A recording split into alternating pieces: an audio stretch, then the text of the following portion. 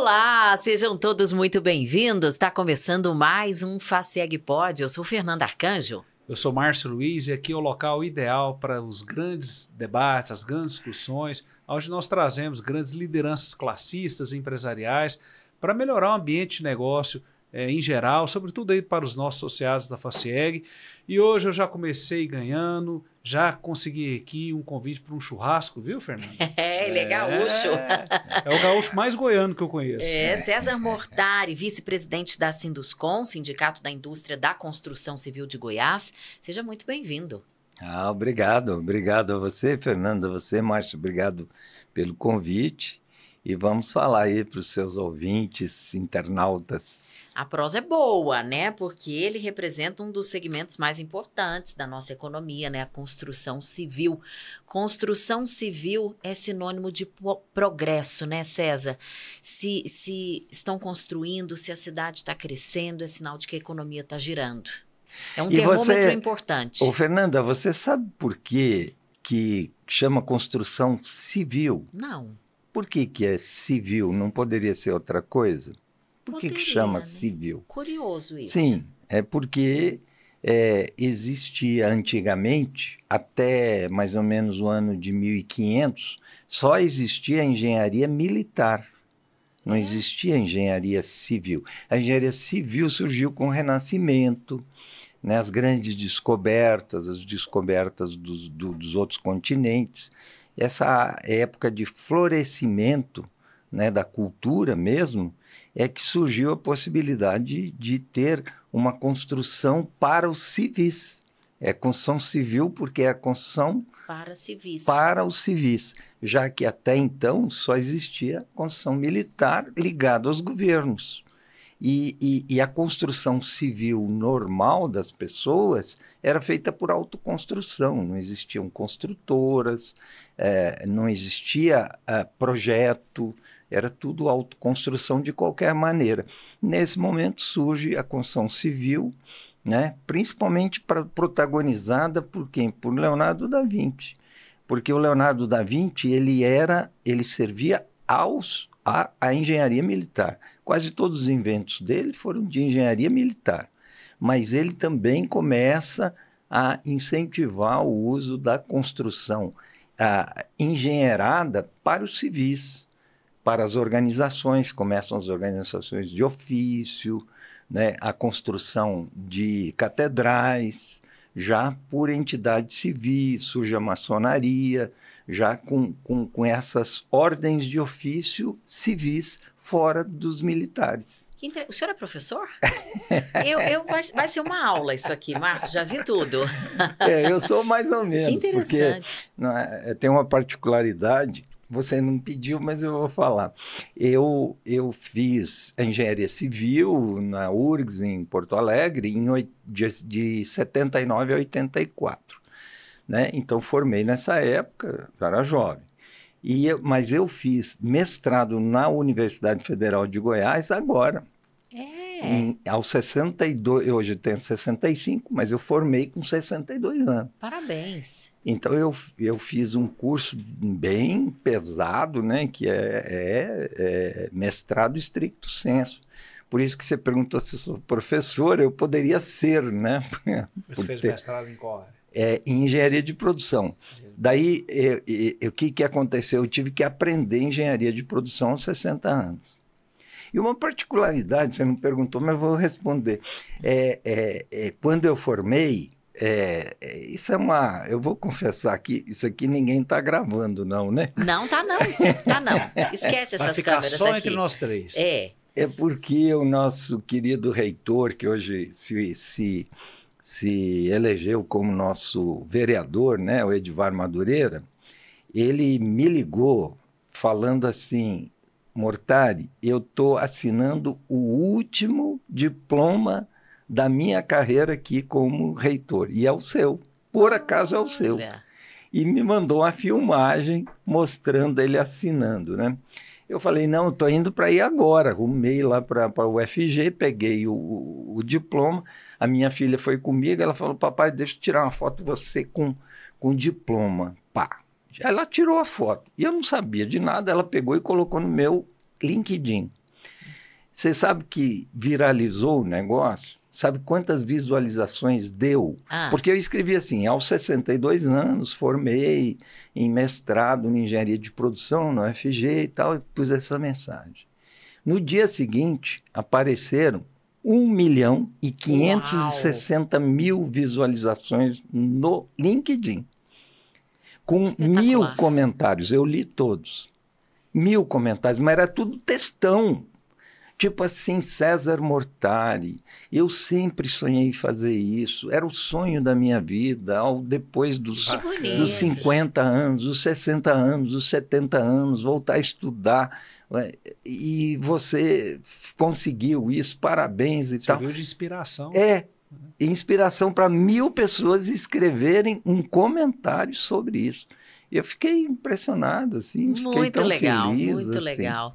Mas é inspirador mesmo, né? Porque você se propor a estudar, voltar para a faculdade aos 62, isso mostra o quanto a gente está envelhecendo bem, envelhecendo ativo, né? E produtivo. Isso é muito bom. O senhor não parou de trabalhar?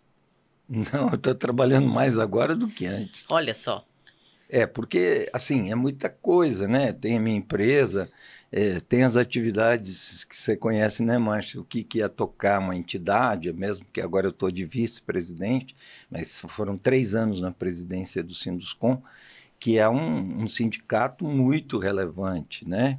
E tem a vida pessoal, e tem viagem, e tem agora o meu canal no YouTube.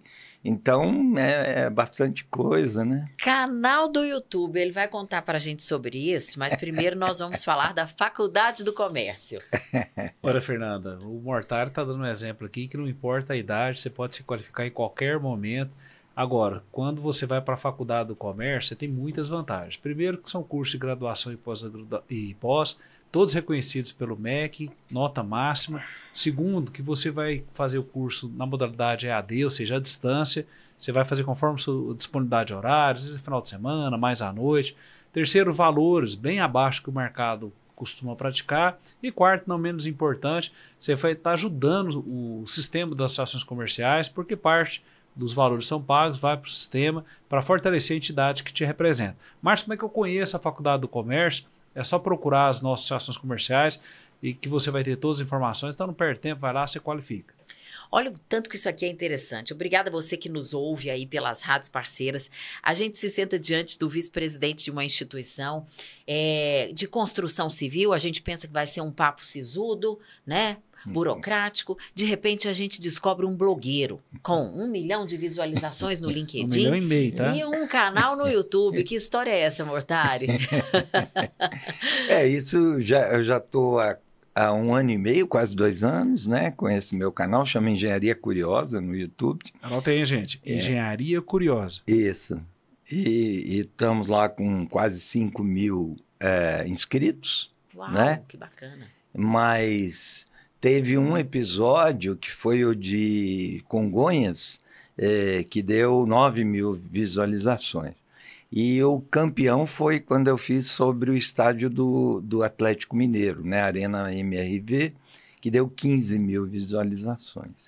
E o que o senhor fala? E tudo isso orgânico, assim, né? O que o senhor conta nos episódios? Eu abordo sempre uma obra, um aspecto da engenharia, mais da engenharia civil, mas também de outras engenharias, né? Mas o que eu abordo, assim, é a curiosidade de alguma coisa. Então, por exemplo, o caso do aeroporto de Congonhas. O que eu chamo a atenção? Em coisas que, às vezes, as pessoas frequentam esse aeroporto e não se dão conta do que ele tem. Por exemplo, você sabia que o Congonhas tem 60 obras de arte originais? Não. Tem 60 obras originais. Tem obras lá por exemplo, do Portinari. Onde ficam, que a gente não repara? Sim, aí é que está um lugar que pouca gente conhece, que é a ala das autoridades. Mas você pode ir lá. Você pode entrar na ala. É onde pode pedir para fazer uma visita. Autoridades esperam para entrar no avião. Eu já estive lá várias vezes, sabe, Fernanda? E lá, Só que não, viu? e lá, então, tem um quadro gigante de 4 metros por 12 metros, original do Di Cavalcanti. Não, do Portinari, desculpa. Então, assim, além de várias outras, né?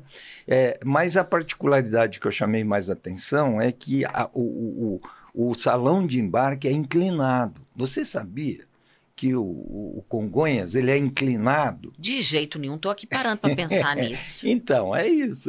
Ele é inclinado, 1,5% de declividade, assim, no salão de Isso embarque. foi proposital Isso por quer quê? dizer que quando você entra no salão de embarque e vira à direita, você vai subir. Se virar à esquerda, você vai descer. Se você largar o seu carrinho, ele sai andando. Ele desce. Ele some da sua frente.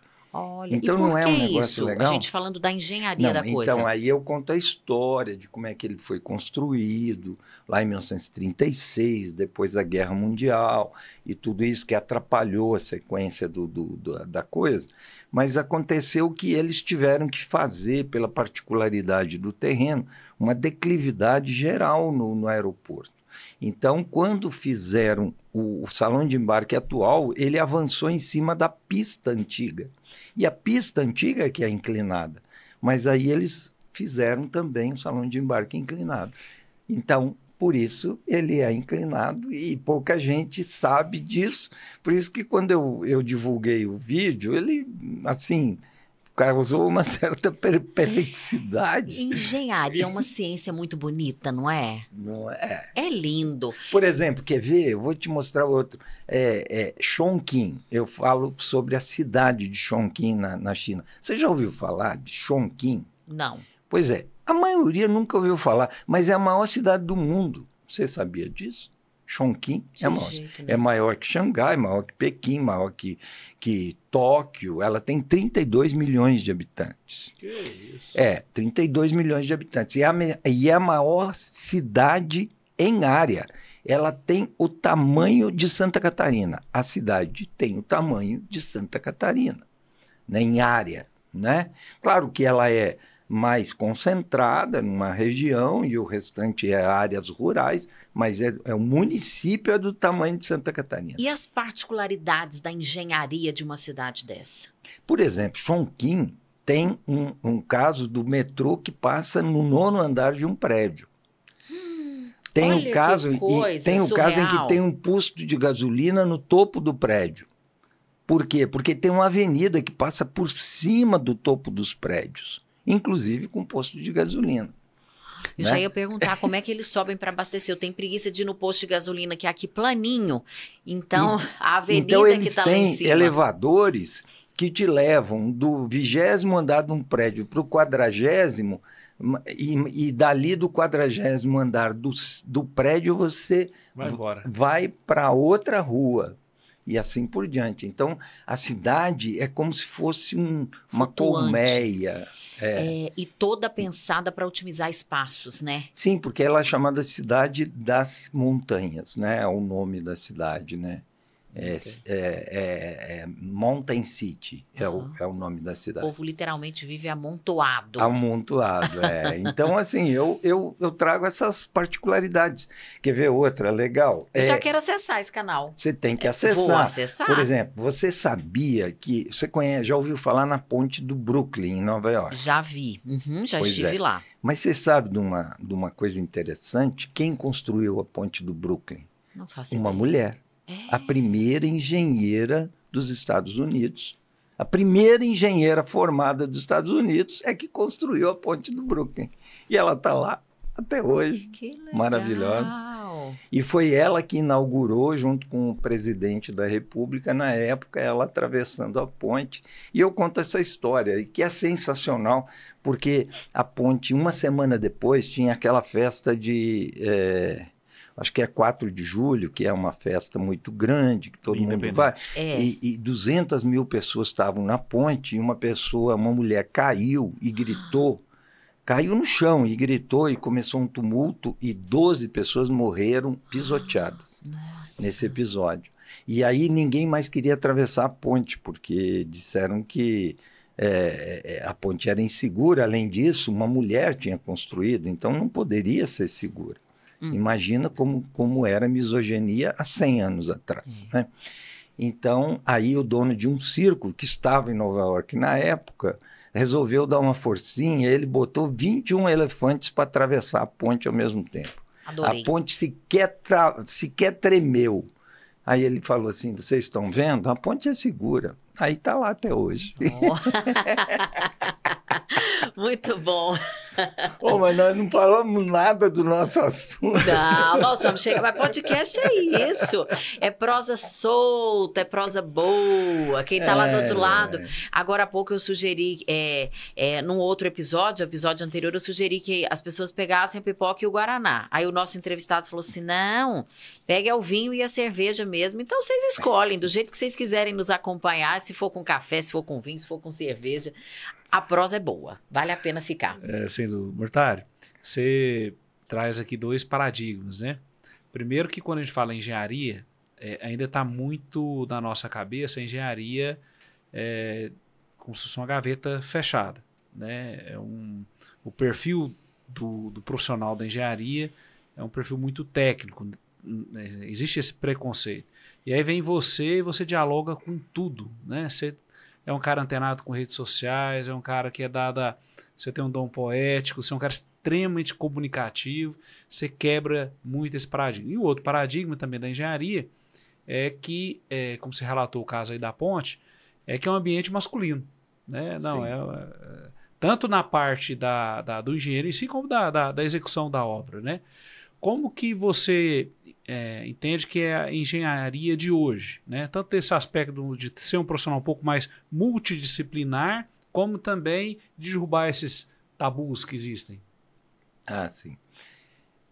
São 2 coisas assim até meio diferentes, mas intercaladas mesmo. Primeiro que deixa eu te falar sobre a questão da mulher na engenharia. A mulher, logicamente, você pega a primeira mulher engenheira do Brasil, que foi Enedina, esqueci o sobrenome dela, uma paranaense, ela era a única da turma, né? Eu também, quando comecei a estudar, em 79, só tinha uma mulher na minha turma, né, de engenharia civil. Hoje, para você ter uma ideia, na engenharia civil, 50% dos alunos são mulheres já, né? Não são 50% de mulheres que se registram no CREA, porque existe uma evasão grande das mulheres durante o período da faculdade, por razões óbvias aí, natalidade e às vezes a família muda, então a mulher se ausenta mais, né? Ela abandona mais, então a formatura já não é a mesma proporção. Mas não importa, o que importa é que hoje a mulher está participando normalmente da questão dos entrantes na universidade. Agora, nas empresas, permanece um ambiente masculino.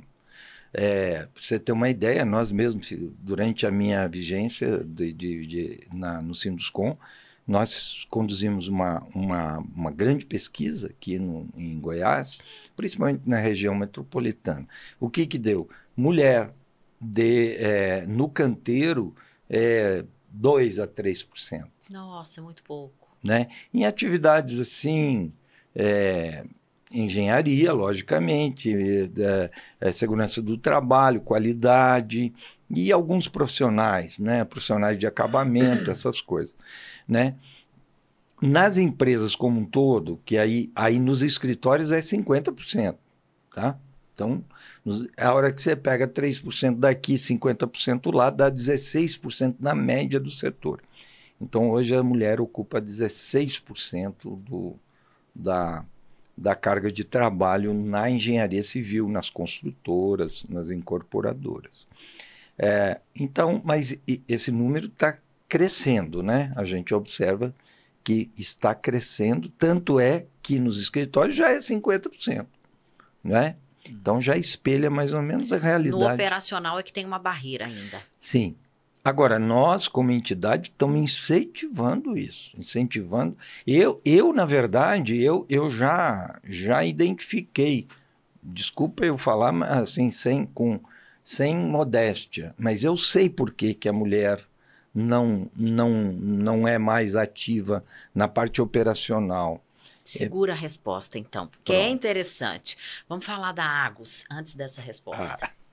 A Agos é a Associação Goiana de Supermercados. Ela representa supermercados, mercearias, é uma das maiores instituições do estado de Goiás, faz um trabalho muito bonito e ela ajuda muito o comerciante desse segmento, sobretudo na parte da qualificação, treinamentos, melhorar o ambiente de negócio, como também na representação política. Mas não é política de partido, não. Política da categoria, da defesa dos interesses dos seus associados. Então, se você tem um supermercado, tem uma mercearia ou pretende atuar nesse ramo, você tem que colar na Agos, que a Agos vai ser o seu grande respaldo. Mas como é que eu acho a Agos? Entra nas redes sociais, www.agos.com.br ou digita lá Agos no Instagram, você vai ter acesso a essa entidade que vai ajudar demais o seu negócio. Por que, Mortário? Você colocou aqui uma pulga atrás da nossa orelha. É porque a mulher, ela precisa de creche. Creche. Ela precisa que o seu filho fique o dia inteiro num lugar seguro, que possa dar educação, o almoço, enfim, que fique o dia inteiro, né, o padrão do CIMEIS mesmo, né? Mas não tem suficiente. Então, nunca tem suficiente. O próprio futuro prefeito avalia que são 10 mil vagas só em Goiânia, né? Mas quando você fala Goiânia, você não pode esquecer de Aparecida de Goiânia, que é uma metade de Goiânia. Então não são 10 mil, são talvez 15 mil, 20 mil com as demais. Então são 20 mil vagas. E isso quer dizer que potencialmente tem 20 mil mulheres fora do mercado que só não estão no mercado porque ela tem que cuidar das crianças. Olha o impacto social disso, né? E o impacto financeiro disso para a renda das famílias. Positivo. Então, o machismo, ele atrasa a sociedade de todas as maneiras. Porque se a gente pensar que o filho é responsabilidade tanto do pai quanto da mãe, ok, ponto. Mas quem está fora do mercado para cuidar das crianças é a mãe. Então, são 20 mil mulheres aptas a estarem no mercado de trabalho que não estão por conta disso, né? Sim, e são as mulheres que estão nessa fase de entrar no mercado de trabalho. São jovens, né, de 20, 25 anos, né? Então, vamos dizer, esse é o momento de ela entrar no mercado de trabalho. E nós temos na construção civil, assim, muitas tarefas que seria típica da mulher. Para mim, todos os acabamentos deveriam ser feitos por mulheres. Um capricho, né? Um cuidado. Porque boa parte dos problemas que tem de qualidade das nossas obras, em grande medida, é porque o homem não tem habilidade para fazer qualidade de acabamento, né? E as mulheres supririam isso, elas seriam as pessoas indicadas para esse serviço.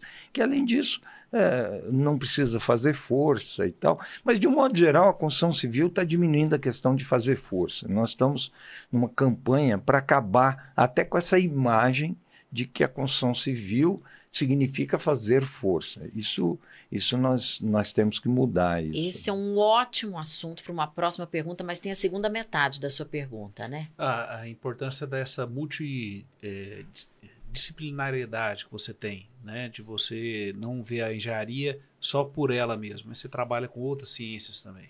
O engenheiro, por exemplo, se ele não está preocupado com sustentabilidade, né? No mercado de hoje, por exemplo, tem que ter essa consciência ecológica. Sim. Trazer construções inovadoras, tem que estar conectado com tecnologia, vocês têm que estar atentos a muita coisa.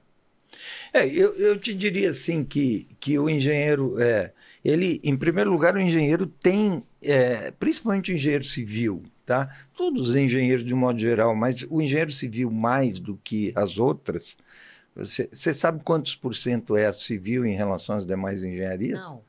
É 50%, de 45% a 50%. Então, metade da engenharia é civil e a outra metade divide com as outras 9 principais, mas hoje já existem 100 engenharias. Mas é tudo de faz de conta, tá? Cá entre nós, não está gravando não, né? Ah, não, de novo não. Porque o que existe são as engenharias tradicionais, né? Engenharia de minas, engenharia metalúrgica, engenharia mecatrônica, engenharia elétrica, engenharia mecânica, engenharia de produção, são a engenharia química. E as né? outras são faz de conta. Por exemplo, existe uma engenharia de edifícios. Você acredita nisso? Pra quê? E que o MEC validou. Pô, você tem engenheiro civil. Como assim? Né? Então, mas voltando. Então, o engenheiro tem que ter uma visão holística das coisas, por natureza, por formação e por necessidade. Né? Ele tem que sair da árvore e ver a floresta, afastar, dar um zoom. Você sabe que zoom, a gente sempre pensa que zoom é aproximar, mas zoom é aproximar ou afastar, sabia disso? Zoom. Zoom in, zoom out. É isso. Né? Então você dá um zoom out e vê a floresta. Isso é a obrigação do engenheiro civil e do engenheiro de um modo geral. Né? Mas melhor ainda, além de ele ter essa visão holística das coisas, é ele se envolver com outras coisas fora das questões técnicas. Né? E isso acontece. É porque o engenheiro ele é muito, vamos dizer, ele é compelido a falar das coisas mais técnicas e normalmente ele guarda para si as suas atividades assim, pessoais e tudo. Mas se você for na vida pessoal dos engenheiros, todos eles têm atividades pessoais totalmente diversas. Um é cantor, outro toca violão, outro tem banda, o outro tem um podcast, outro tem um YouTube. O meu pai é tenista, é engenheiro civil também, Então, inteligente desse mesmo jeito aqui, ó. Fala de tudo quanto é assunto. Vocês são os caras inteirados mesmo das coisas, viu? É interessante. Esse povo de engenharia é tudo absurdo. Absurdo, né? Tudo. Acho que não escapa um. E eu fico muito encantada também com a responsabilidade que envolve o trabalho de vocês, né? Sim. Quando a gente fala em erguer um edifício com, sei lá, 50 andares, quantas vidas ali e a minúcia técnica do processo para se resguardar todas essas vidas. Então, é bonito isso também da profissão, né? A responsabilidade que se tem. Sim. E um peso. Sem pestanejar, eu acho que o engenheiro, especialmente o engenheiro civil, né, por conta das construções, é a profissão que mais tem responsabilidade, né? Nesse sentido, né, que adquire muita responsabilidade civil e criminal, né? Porque você falou de um prédio. Se o prédio cair, com certeza o engenheiro vai ser preso. Assim, talvez ele saia um dia, mas que ele vai ser preso é certeza. Agora há pouco a gente falou da ponte, né? também. Porque né? quando dá um acidente, isso é um problema que a engenharia tem, ela perdeu um pouquinho do protagonismo, e nós temos que voltar a ter o protagonismo perante a sociedade, perante os governos, perante a própria imprensa. Porque pode ver, quando dá um acidente, quem que a imprensa vai entrevistar por primeiro? Sabe quem é? O advogado. É verdade. E o advogado vai dizer que estão procurando o engenheiro para prendê-lo. Entende? Então, nós temos que voltar a resgatar um protagonismo. Chamar responsabilidade protagonismo, si. Já que nós assumimos uma responsabilidade absurda, né? Da mesma forma, se der um acidente, o protagonismo de dizer por que deu o acidente, a pesquisa que está sendo feita, porque ninguém quer esconder nada. Se der um problema, o objetivo nosso é que nem o da aviação, é que aquilo nunca mais ocorra. Né? Então, é bom quando dá repercussão de um acidente. Né? Você vê o próprio Mariana, né? E Brumadinho, aquilo dificilmente vai se repetir, sabia? Dificilmente. São muitas lições, né? Dificilmente. É uma lição dura, muito grande. Mas eu tenho para mim que nós não vamos ter mais acidentes daquele tipo. Assim como, pode ver, a gente não tem acidentes com edifícios há muito tempo. Uhum. Acidentes graves de cair um prédio grande, de porte. Volta e meia você vê um predinho que foi feito sem cuidado nenhum e tal. Olha, uma das coisas mais interessantes que eu já vi, eu na minha profissão, repórter, eu morei em Santos uma época e eu era repórter lá em Santos e fui entrevistar um engenheiro para saber sobre os prédios tortos da Orla de Santos, que eles são tortos, né? Sim. Para quem não conhece, Santos tem essa particularidade, Sim. muito por conta do terreno argiloso, né? Eu fui entender isso, que por conta da argila os prédios iam cedendo. E eu fiquei encantadíssima na entrevista com o engenheiro, ele mostrando o processo de voltar ao prumo um daqueles prédios. Sim. Eles cortam as pilastras, né? E vem com uma espécie de um como é que é aquilo? Vai içar o prédio, né? Com macacos Um hidráulicos. macaco hidráulico. Vai içar aquilo, vai Sim. fazer a emenda de cá do lado para nivelar de lá, Sim. com todo mundo dentro do prédio. Todo mundo dentro do prédio. Eu na Desceu dúvida, quem quis. Eu na dúvida ia descer. Desceu quem quis. Os móveis, tudo ficou dentro do prédio, estava tudo ali. E eu fiquei vendo aquilo, eu falei, gente, que é isso? Que coisa fantástica é essa? Né? O nível de responsabilidade que vocês trabalham. Mas você vê, eu até vou fazer um episódio, eu vou fazer um episódio do Engenharia Curiosa sobre isso, porque esses prédios famosos que torceram em Santos, são prédios da década de 60, todos eles. Depois disso, nunca mais nenhum prédio em Santos entortou, porque se descobriu o que era o erro. Não é? Nós acabamos de falar que quando dá um erro, dá um BO grande, e aí a engenharia ela percebe, descobre e aquilo não volta mais a acontecer. Então, é isso que aconteceu em Santos. Todos os prédios tortos são do final da década de 50 e durante toda a década de 60. Foi feita numa técnica errada, que se percebeu depois dos prédios executados, porque aquela orla de Santos foi construída toda na década de 60, então quase todos os prédios são tortos. Mas hoje em dia não se repete mais aquele problema. A prosa está tão boa que eu estou perdendo o tempo do comercial. Chama o comercial, Márcio. Vamos falar da MAG, né? Vamos. Gente, a MAG Seguros é a maior seguradora do Brasil, do mundo, e ela tem uma expertise em seguro de vida. Nós temos uma tradição de fazer seguro patrimonial, carro, né, veículo em geral, casa, mas um que é tão importante e que inclusive é muito mais barato que esses outros aí que eu citei, é o seguro de vida. A gente não costuma fazer. Todo mundo está sujeito às intempéries aí da vida e eventualmente, Deus me livre uma situação como essa, você não pode deixar a sua família desamparada. Por essa razão, nós estamos aqui sugerindo a MAG.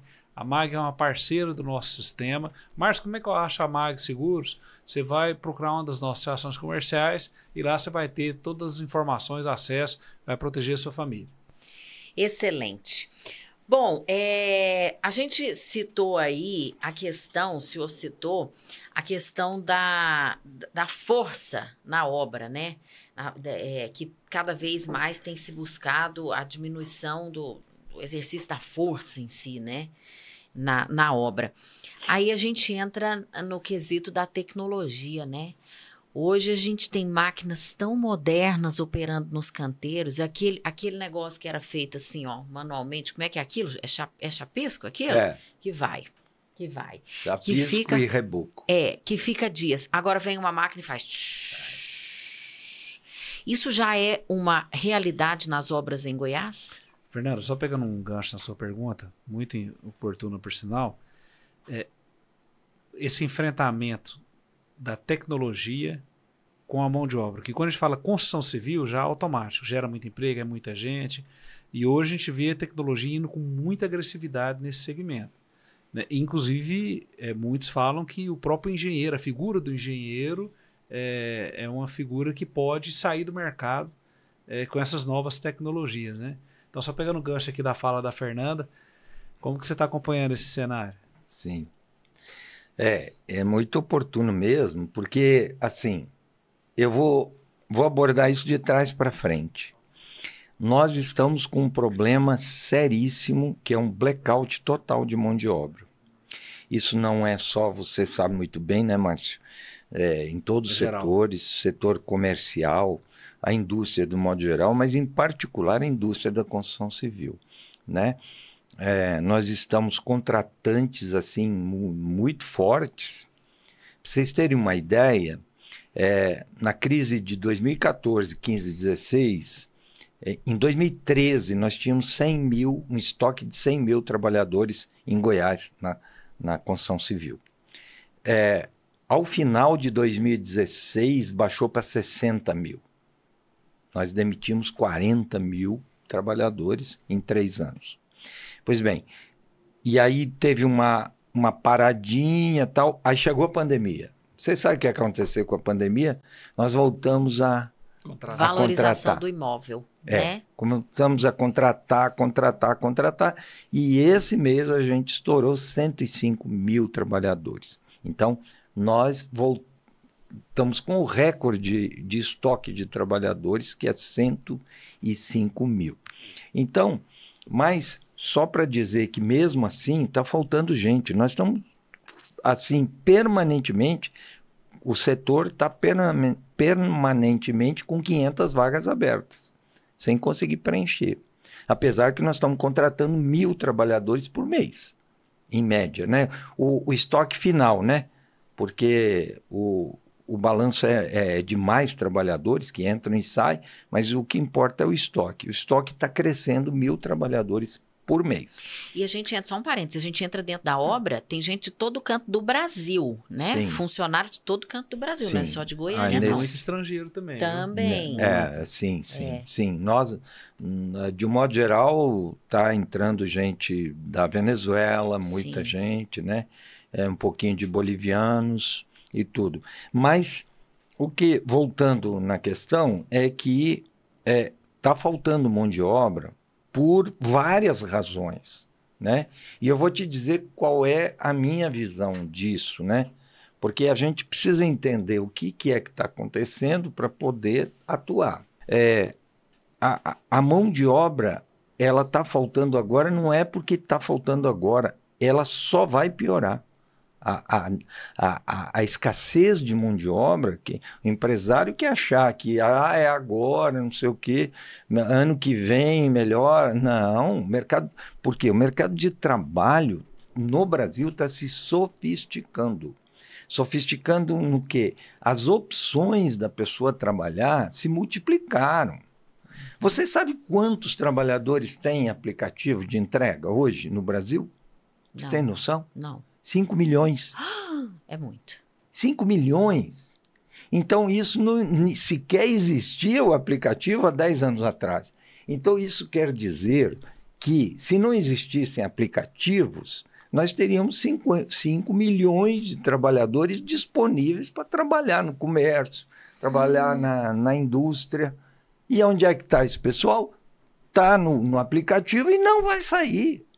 E o aplicativo vai continuar sendo um atrativo para muita gente. Mas quando eu falo sofisticação, é porque é sofisticado no seguinte sentido, na quantidade de opções. Quanta gente trabalha de online? Quantas? A gente nem sabe, né? Então, essas opções de trabalho, né? O próprio mercado, por exemplo, na tua área do comércio, das associações comerciais. Olha só, há 10 anos atrás, atacadão não existia. Atacadão que eu digo atacarejo. Não existia. Era uma coisa que não existia. Hoje, é uma profusão de atacarejo. Cada atacarejo contrata 250 pessoas. Né? Em todos os níveis, né? Então, imagina, é mais um negócio que surgiu que não existia. Então, surgiram muitos negócios novos. Então, claro, tem a questão que as pessoas, pelo acesso à informação, hoje todo mundo tem o seu celular, e ele ficou mais sofisticado, ele não aceita qualquer trabalho. Então, as atividades que tem, por exemplo, trabalho pesado, trabalho estafante, lugar ruim, empresa ruim de trabalhar, muito estafante, vai ter cada dia pior. Vai ser cada dia pior, porque aquele menino de 18, 19 anos, aquela menina, não vai querer trabalhar em qualquer lugar desse. Por quê? Ó o recorte pro Instagram. Ó que fala boa. Não é? Excepcional. Então, assim, e isso a construção civil já percebeu, né? Que então nós temos que fazer o quê?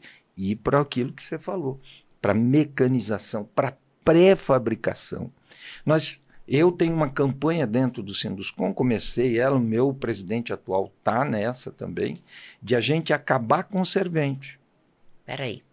Pignat, marcas e patentes. Fernanda, eu vou falar uma coisa para você. Eu estou aqui viajando nesse podcast. Eu também. Nossa, esses mortais, o cara é diferenciado. Gente, vamos lá. A Pignat, ela traz uma proteção que nem todos dão a devida atenção. Você monta um negócio, você investe em publicidade, faz toda uma divulgação, o seu nome da sua empresa fica já conhecida, tradicional, às vezes tem comércio de 30, 40 anos, aí vem outro e consegue fazer o registro da sua marca antes da sua, aí você dançou. Você vai ser obrigado a mudar o nome da sua empresa. Então você tem que tomar esse cuidado. Márcio, mas tem de registrar marca, é muito caro. Já foi, hoje está muito em conta. E é um procedimento relativamente simples. Agora, você tem que tomar cuidado. Tem muitas empresas aí no mercado e nem todas são idôneas.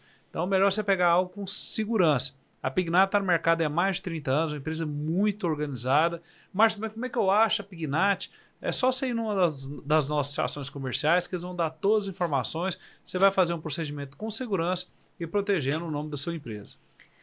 Os serventes vão ficar bravos com isso. Que história é essa de querer acabar com os serventes, Mortari? É porque o que eu me refiro, obviamente, é acabar com a figura do servente. Capacitação deles, Em né? primeiro lugar, essa expressão, servente, remete à Idade Média. O que é servente? É o que serve? Não. Então, na nossa atividade, não cabe mais uma pessoa que serve. A pessoa que entra na construção civil, ela já está aprendendo uma profissão. Ela entra já aprendendo uma profissão. Ela vai ser ajudante de pedreiro, ajudante de soldador, ajudante de carpinteiro, de montador. Atividades profissionais. E olha a vantagem que tem na construção civil. É isso que a gente está tentando colocar para a moçada, para os entrantes. Entrantes, eu estou me referindo ao menino de 17, 18 anos até 22, 23 anos, que é quando entra no mercado de trabalho.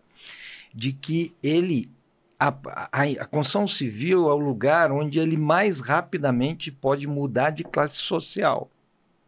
Porque ele entra com um salário hoje o mercado de entrantes assim é R$2.000, não é salário mínimo. Tem o salário mínimo da construção é maior e ganha outros benefícios e tal, e o cara começa ganhando 2.000. Mas veja bem, ele em 6 meses, se ele for competente, se ele for esforçado, ele já muda de patamar, já pula para 3. E com 1 ano, ele já pula para profissional. E ele passa para 4, 5 mil reais por mês. Perspectiva boa, hein? Ele mudou de classe social. Ele vai sair do lugar que ele mora, vai comprar um apartamento, que ele já tem renda para entrar no Minha Casa Minha Vida. Mestre de obra tem um salário excelente, não tem? Olha, está ganhando mais que engenheiro. Então. O mestre de obra, é enterro de anão, não existe. Desculpa, corta essa parte. Não estava gravando, nada, viu? não estava gravando. Então, assim, para finalizar, a construção civil só tem uma possibilidade, é se industrializar, se modernizar, com muito equipamento, mas muito mesmo, e principalmente pré-fabricação. Então você vê, por exemplo, esses prédios já tem que ter sistemas pré-fabricados de fachadas, sistemas pré-fabricados da estrutura. Então, por exemplo, eu trabalho com estrutura metálica, então um prédio como é feito nos Estados Unidos, feito na China, todo em estrutura metálica, é metade do tempo de execução. Mais rápido, né? Muito menos gente trabalhando. Então aí vem, como é que você soluciona o problema da escassez de mão de obra? Você tem que diminuir o número de pessoas necessárias na sua indústria, na sua obra. Não tem outra alternativa. É interessante porque na construção civil é diferente, né? A modernização é consequência da falta de mão de obra, né? Sim. Não tem quem faça. Não é a causa. No Brasil está sendo, viu, Fernanda? Diferentemente dos Estados Unidos, onde essa ideia da industrialização veio antes da escassez da mão de obra. Porque a escassez da mão de obra é uma consequência natural do país que enriquece. Todo país que enriquece, ele passa a ter uma mão de obra cada vez mais escassa. Porque quem está no país, quem é natural do país, ou da cidade, ou das grandes cidades, ele começa a migrar para atividades cada vez mais sofisticadas. Então, a base da pirâmide, quem trabalha em trabalho mais braçal, né, tem que vir de outros lugares, de lugares que aceitam essa mão de obra. Porque, veja bem, a construção civil tem tudo para industrializar e não ter mais trabalho braçal, praticamente não ter. Mas tem atividades do nosso cotidiano que não tem jeito. Se você pensa assim, numa pessoa que faz a limpeza de um prédio, a limpeza desse prédio, tu pode dar uma máquina para ele, mas continua sendo um trabalho braçal, né? Você pega assim um cozinheiro, tem jeito de ele não usar as mãos? Não tem. Não tem como. Ele pode até trabalhar num Michelin 5 estrelas. Ele vai ter que meter a mão na massa. Então, atividades manuais vai continuar tendo sempre. É por isso que eu digo, mas que eu vou fazer um parênteses, só para falar uma provocação. Quem fala que a nossa produtividade é baixíssima comparado com os Estados Unidos, com a Europa, e que esse é o porquê de nós estarmos na armadilha da renda média, está errado. Nós estamos na armadilha da renda média por outros motivos. Também esse, mas não é esse, não é só esse, como muita gente faz crer. Eu vou explicar. Acontece que se diz que nós estamos lá em $10 mil por mês de PIB per capita há muitos anos, por causa da baixa produtividade brasileira, tá? Tá bom. Só que quando se compara com os outros países, a questão da produtividade, se compara a massa de produção econômica em relação à população. Isso é uma coisa. Só que isso não é produtividade. Vem cá, o nosso garçom, você acha que o garçom, vou até fazer propaganda aqui do Bahrein, vamos supor, tá? O garçom do Bahrein, ele é menos produtivo que um garçom de um restaurante em Paris? De jeito nenhum. Quanto? 5 vezes? 2 vezes? 3 vezes? Não. Não. A cozinheira do Bahrein é menos produtiva do que a cozinheira do mesmo restaurante em Paris? Não é. Não é. Então é mentira que na nossa produtividade é absurdamente menor do que os outros países. Não, é porque a produção econômica de cada um deles é maior. É isso. Então eles estão pegando a produção, dividindo a população, olha aí, está dando muito mais produtividade. Pega na construção civil. Tá? Construção civil, existem pesquisas dizendo que a produtividade do americano é 5 vezes maior do que a nossa. Ou seja, na construção civil, a nossa é 5 vezes menor. Tá? Não aceitamos isso. Vamos falar do Sicredi. Bom, o Sicredi é uma cooperativa de crédito. Tudo aquilo que você vai achar dentro do banco, você vai achar dentro da cooperativa de crédito, com uma grande diferença. Você é sócio, você faz parte da cooperativa. Então, os lucros daquela agência são compartilhados conforme o planejamento que foi feito em assembleia. Então, essa é uma grande diferença. E outra diferença também muito importante, o atendimento é personalizado. Eu posso falar com modéstia causa, sabendo, porque eu sou cooperado do Sicredi, vejo a diferença que é, e eu tenho certeza que se você for conhecer o Sicredi, você também vai ter essa mesma impressão. Então, abra sua conta no Sicredi e vamos prosperar. Mortari, a bolha da construção civil em Goiânia. E aí, acontece, não acontece? Não, não tem bolha nenhuma. Não? Não, não. Nós estamos experimentando o bônus da prosperidade, Goiânia. Vocês sabem que Goiânia hoje é o terceiro mercado imobiliário do Brasil. Sim.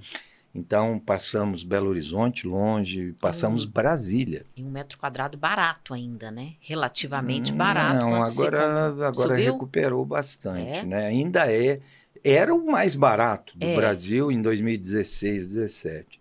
Mas desde a pandemia está recuperando e eu te diria assim, hoje é média, é um médio. Tá. Porque você não pode comparar com São Paulo, com Rio de Janeiro, com Brasília. Uhum. Brasília você só pode construir 6 pavimentos, aqui pode construir 30, 40, 50. Sim. Né? Então não tem como comparar os preços, porque o terreno em Brasília é absurdamente caro. Em São Paulo, as restrições do plano diretor são enormes e não pode verticalizar em São Paulo. Você sabia disso? Não pode. Já esgotaram, já verticalizaram. E lá tem tudo. um lobby enorme de grandes bairros residenciais centrais, tipo os Jardins, que não deixam entrar lá dentro. Então você tem os Jardins, você tem lá milhares de hectares onde só mora 10 mil famílias, colado no centro da cidade. E as pessoas exercem o seu poder de influência e tal, e não deixam verticalizar os jardins. Então, São Paulo tem isso encarece os demais terrenos, né? O Rio de Janeiro por natureza, muito caros os terrenos, né? Mas voltando, por que nós não é bolha, e sim um bônus de prosperidade, que eu chamo? Nós estamos no bônus de prosperidade que toda a cidade passa. Então, São Paulo já passou por isso, Belo Horizonte passou por isso, e o Rio de Janeiro já passou por isso. E agora nós estamos passando. Né? Então, é um bônus de prosperidade, é um período de 10 a 20 anos em que a cidade cresce por vários motivos, por vários efeitos, né? Ela se desenvolve. Com essa notícia do bônus de prosperidade, a gente encerra, então, o nosso podcast, agradecendo demais a sua presença, a sua entrevista, muito rica, muito boa. É bom conversar com quem tem conteúdo, assim, bagagem, né, Márcio? Fernando, aqui faltou só um pão de queijo e um café. Se tivesse, ia mais 2 horas com folga, viu? Obrigada, viu, Mortari? Obrigado a você, Fernando. Obrigado, Márcio, por ter convidado. Eu fico muito lisonjeado aí de um convite assim tão importante. Espero que vocês tenham gostado. Até o próximo episódio aqui. Tchau, tchau. Bye, bye.